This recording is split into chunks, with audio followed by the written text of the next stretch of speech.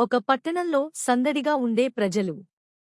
వారిలో కుమార్ అనే చిన్న పిల్లవాడు ఎప్పుడూ చేయి అందించడానికి ఆసక్తిగా ఉండేవాడు. ఒకరోజు ఒక వృద్ధుడు కూరగాయల సంచిని మోయడానికి కష్టపడుతుండడం కుమార్ గమనించాడు.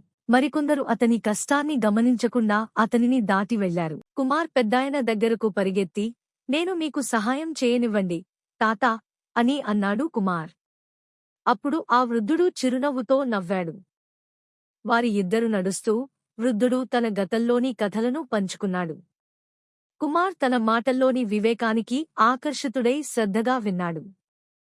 కుమార్ వృద్ధుడు ఇంటికి చేరుకున్నారు. ఒక చిన్న ఇల్లు. ఆ వ్యక్తి కుమార్కి కృతజ్ఞతలు తెలిపి, కుమార్ నీ టీ కోసం ఆహ్వానించాడు. కుమార్ మరియు వృద్ధుడు నవ్వు పంచుకుంటూ కలిసి కూర్చున్నారు. వృద్ధుడి కళ్ళు ఆనందంతో మెరిశాయి.